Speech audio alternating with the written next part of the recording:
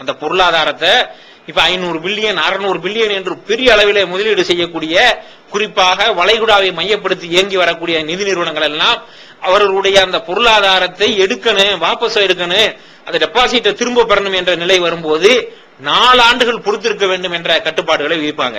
இந்த 4 வருடத்திற்கு இடையில இந்த நிறுவனம் எந்த நாட்டில் இயங்குதோ அந்த நாட்டுக்கு அரசு ரீதியிலான மற்றும் ராணுவ ரீதியிலான பல நெருக்கடிகளை ஏற்படுத்துவாங்க. இந்த காலகட்டத்தில் அவங்க போட்ட அந்த முதலீடை திரும்ப பெறாத வண்ணமான ஏற்பாடுகளை செய்வதை உலகம் முழுவதும் நாம் பார்த்து வர்றோம்.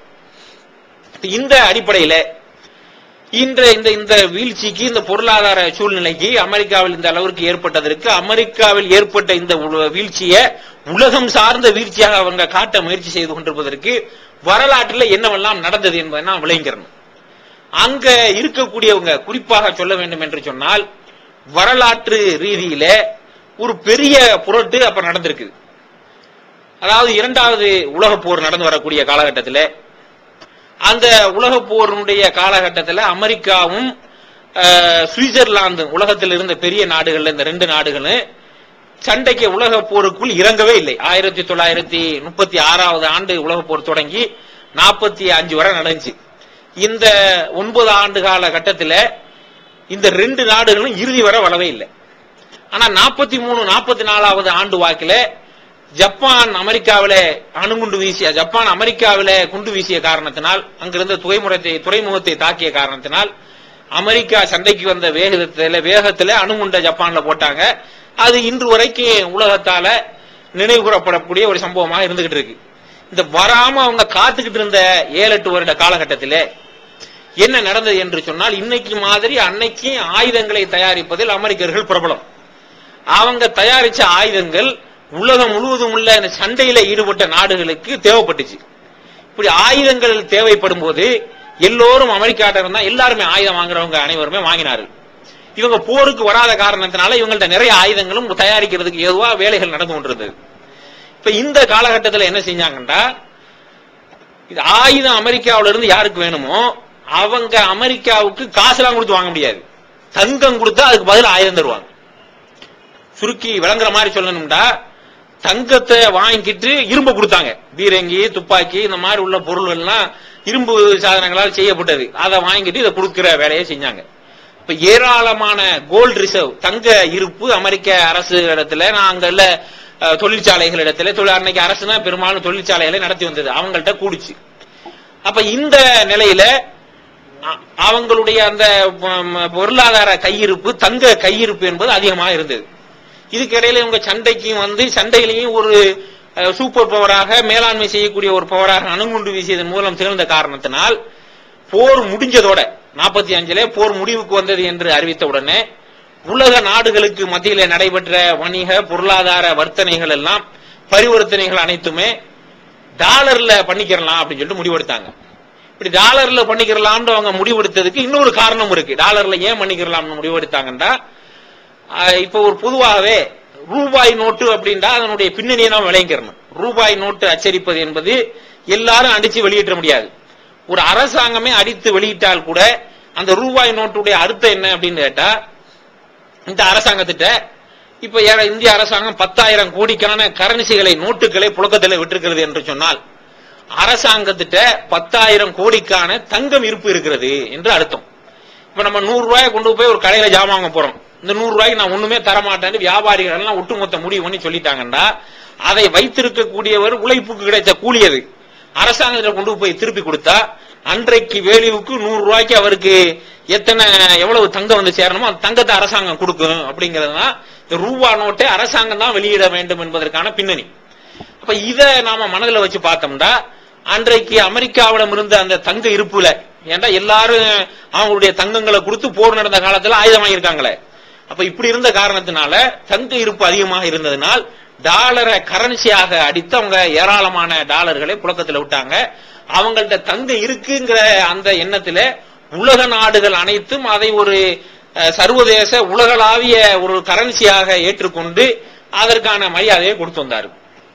இப்ப இந்த நேரத்தில் என்ன நடந்துச்சு அப்படின்னு கேட்டா, இந்த 45க்கு பிறகு நடந்த இந்த காலகட்டத்தில் அந்த நேரத்தில் $35 1 அவுன்ஸ் தங்கம்ங்கிறது கணக்கு. அந்த நேரத்தில் திருக்குர்ஆன் தமிழாக்கம் பி ஜைனுலாபுதீன். தேவைப்படும் வசனங்களுக்கான தெளிவான விளக்கங்கள், அரபு கலை சொற்களுக்கான விளக்கங்கள், எந்த தலைப்பை பற்றிய வசனத்தையும் மிக எளிதாக தேடி எடுக்கும் வகையிலான விரிவான பொருள் அட்டவணை.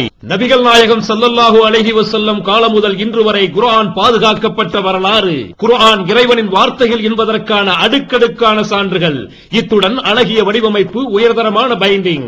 விலை ரூபாய் 240 மட்டுமே. வெளியீடு Moon Publications, number 3, post office தெரு, மண்ணடி, சென்னை 1. Phone number 65690810.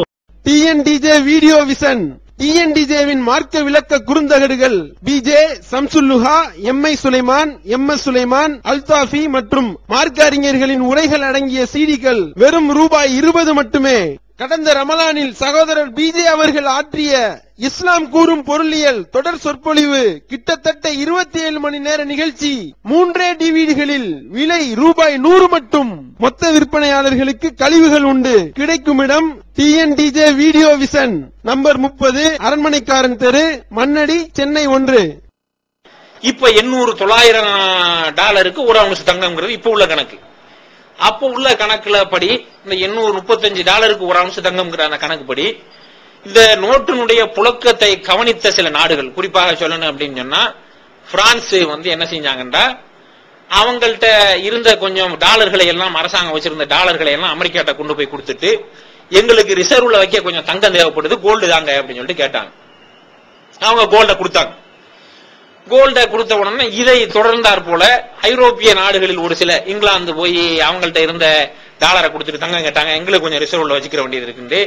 அப்புறம் சுவிட்சர்லாந்து கேட்டாங்க, இங்கிலாந்து கேட்டு, இப்படி ஒவ்வொரு நாடா கேட்ட உடனே அப்போது அமெரிக்காவினுடைய ஜனாதிபதியாக இருந்த நிக்சன் என்ன செஞ்சாருண்டா, அது ஒரு பிரபலமான ஒரு வார்த்தை, உலக நாடுகளை எல்லாம் பார்த்து சொன்னாரு, லெட் அஸ் பிலீவ், நம்ம நம்பிக்கிறோம், எங்கள்கிட்ட தங்கம் இருக்கு என்று நம்பிக்கொள்வோம் என்று சொன்னார். இது ஒரு வகையான மிரட்டலும் கூட, ஆங்கிலத்தில் ஒரு வகையான மிரட்டலும் கூட. அப்படி நீங்க நம்பாம திருப்பி திருப்பி கேட்டுக்கிட்டு இருந்தீங்கன்னா உங்க மேலேயே எங்களுடைய ஆயுதங்கள் பாயும் என்பதனை சூசகமான முறையில மிரட்டினார். 1971 அவர் செஞ்ச மிரட்டலுக்கு பின்னால் இந்த தங்கத்தை கேட்கக்கூடியது குறைஞ்சு. ஏன் இவங்க கேட்டாங்க அப்படின்னு சொன்னா, இப்ப விளங்குற மாதிரி புரிஞ்சுக்கிறோம்டா, நம்ம ஊர்ல இந்த பால் வியாபாரம் செய்வாங்க.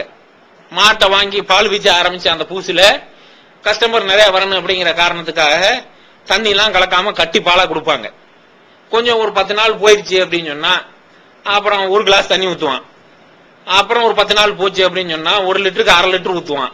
இன்னும் ஒரு 10 நாள் போச்சுன்னா 1 லிட்டருக்கு 1 லிட்டர் ஊத்துவான். அப்புறம் 1 லிட்டருக்கு 1.5 லிட்டர் தண்ணி கலப்பான். அப்புறம் தண்ணியில பாலை கலப்பான்.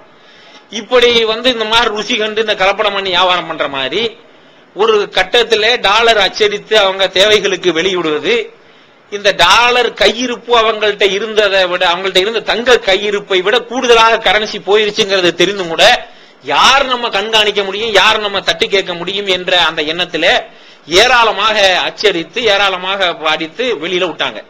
அப்ப தங்க பின்னணி இல்லாமல் வெளியில புறங்கக்கூடியது வெறும் பேப்பர். இப்ப உலகம் முழுவதும் இப்ப உள்ள சூழ்நிலைக்கு என்ன அப்படின்னு கேட்டா, பல லட்சம் கோடி டாலர்கள் புழக்கத்தில் விடப்பட்டிருக்கிறது.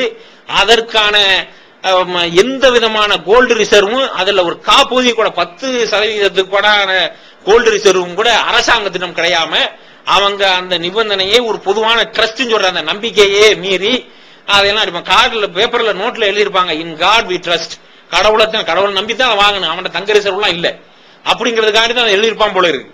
அப்ப அந்த மாதிரி அந்த தேவையான கோல்டு ரிசர்வ் வைக்காம அவங்க டாலர்களை கரன்சிகளாக அடித்து விட்டாங்க.